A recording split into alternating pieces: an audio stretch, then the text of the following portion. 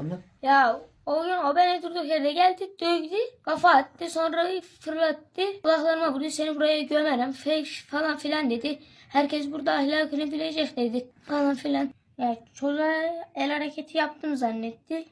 O yüzden.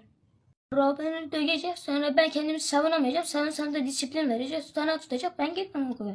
Gitmeyeceğim zaten. Savunamayacağım, sonra her gün öyle burun vurulacak falan filan, o der ben gitmem.